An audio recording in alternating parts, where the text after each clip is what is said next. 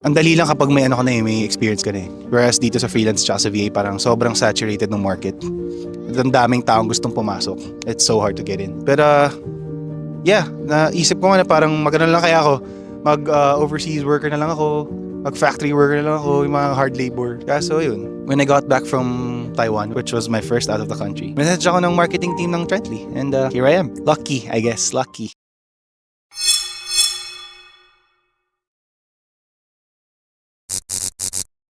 Introduce yourself, your name, your age, and current role here at Trently. Hey Trently, I'm Jack, your host, and I'm 29 years old, and I'm your content creator slash host for these videos. Okay, so can you tell us more about yourself after graduating college? Well, I took mass communications just like Reg, and it was different. It was kind of different from now. Nag-start kasi ako na puro corporate. So I worked with several companies around Makati. So there was Shell, and then SAP.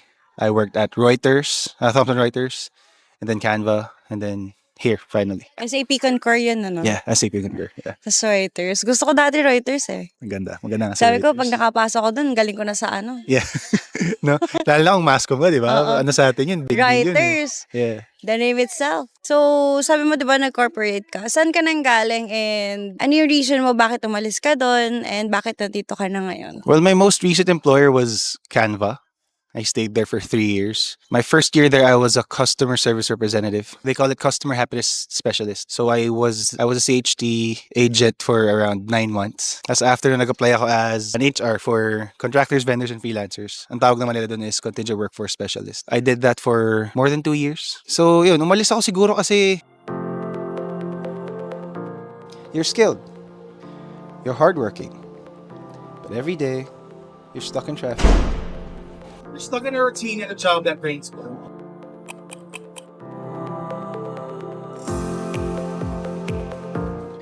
What if you could earn more without leaving your home? At Trently, we help skilled Filipinos like you find meaningful online work as a virtual assistant, a video editor, graphic designer, a customer service representative, and more. No need to start perfect. Just do what you do best and we'll guide you the rest of the way.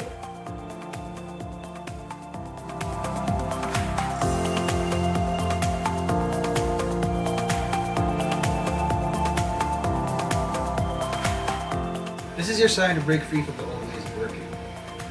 Build a career on your own terms. Apply now at Trently.com and start your freelance journey today.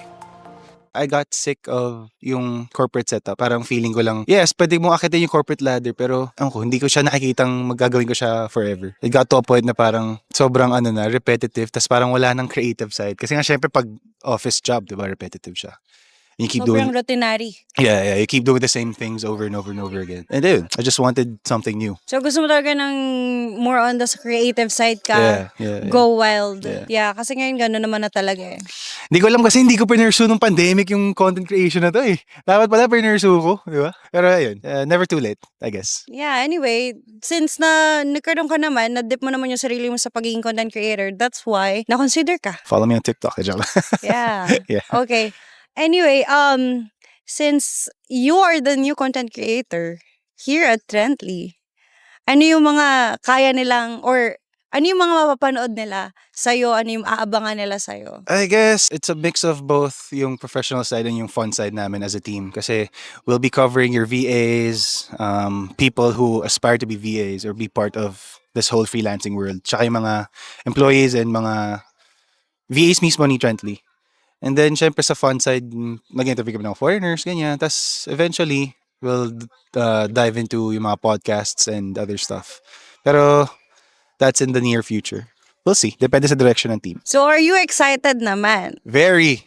Kasi this is, ewan ko, just the thought of being paid to do this. Kasi you don't get to be, hindi naman artista. Wala naman background, di ba? Sino ka ba? Diba? Sino ba ako? Gumagawa ako ng TikToks but I don't get paid for it. I've been sponsored a couple of times. Pero, hindi yung ganito na I get paid almost the same as my corporate jobs. Tapos ito lang ginagawa ko. Well, hindi lang kasi it's fun pero it helps the company din kasi We are part of the marketing team. So you're considering this an opportunity for personal growth, career growth. Kasi 'di ba, like kung makikilala ka dito sa Trently, so ang mangyayari, you could be ABS, baka more naman. than worth of... ABS, baka naman. GMA, baka naman.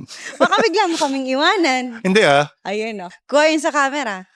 Hindi Magpapaano ako, gawa breach of contract ako dito. Lock in. Hindi naman. Pero yun nga, nakausap ko si Victor the other day. And he was really... Ewan ko, usually people kapag owners ng mga business, mga CEO, when you talk to them about their business, parang ang gusto nila lagi is magstay ka sa company. Pero he's very open about yung career growth mo. And lagi niya sinasabi na, I want people in my company to get to a point where I won't be able to pay them. So yun. Sana naman, umabot sa putong di mo na ako kaya mayaran, Victor. Sana naman! We'll see. We'll see. Okay, so just for the viewers, tell us pinaka-interesting about sa'yo.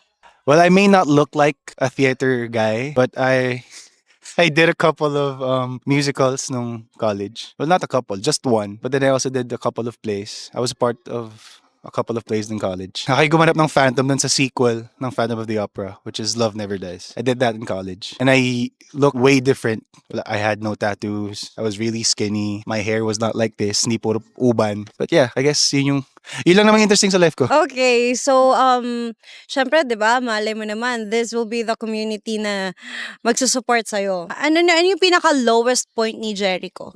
I guess yung 5 months after resigning from Canva. Kasi I got to a point na parang sabi ko mag-corporate na lang ako ulit. Kasi ito yung madali, ito yung alam kong gawin. And when you jump on LinkedIn or Indeed or whatever job application app you use, ang dali lang kapag may ano ka na may experience ka na eh. Whereas dito sa freelance tsaka sa VA, parang sobrang saturated ng market. Yeah. Ang daming taong gustong pumasok. It's so hard to get in. Pero yeah, naisip ko nga na parang magano lang kaya ako.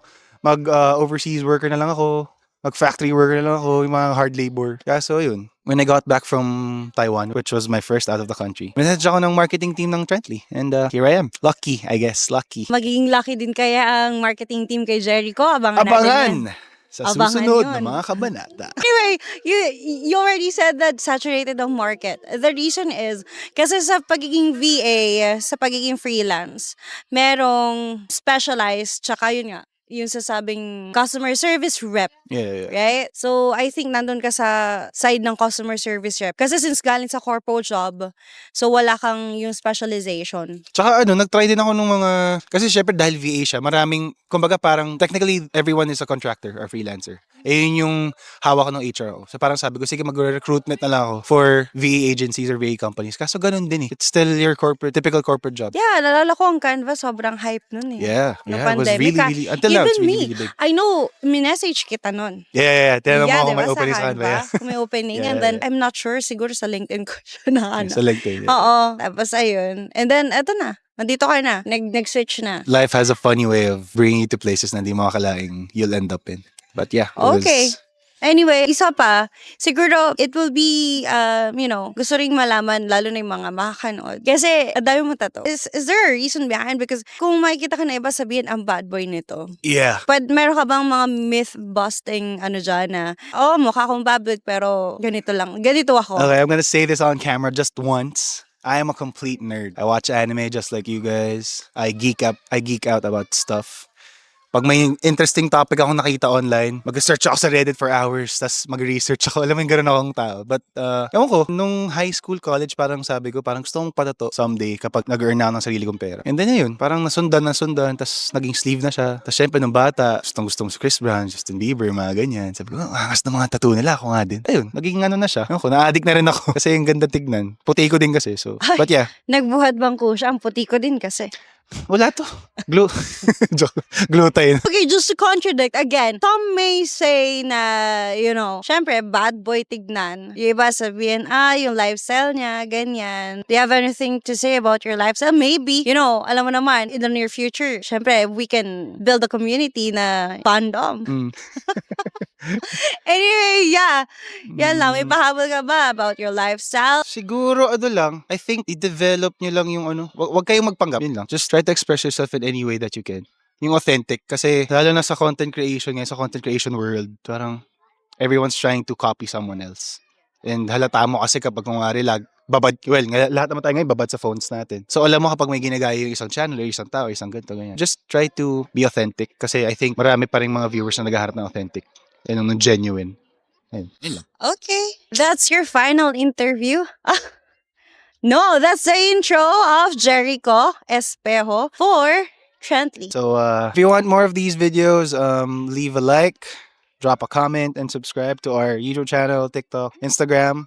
And yeah, follow nyo na rin ako. This has been Trentley, and I'm your host, Jack, and see you on the next video. Peace.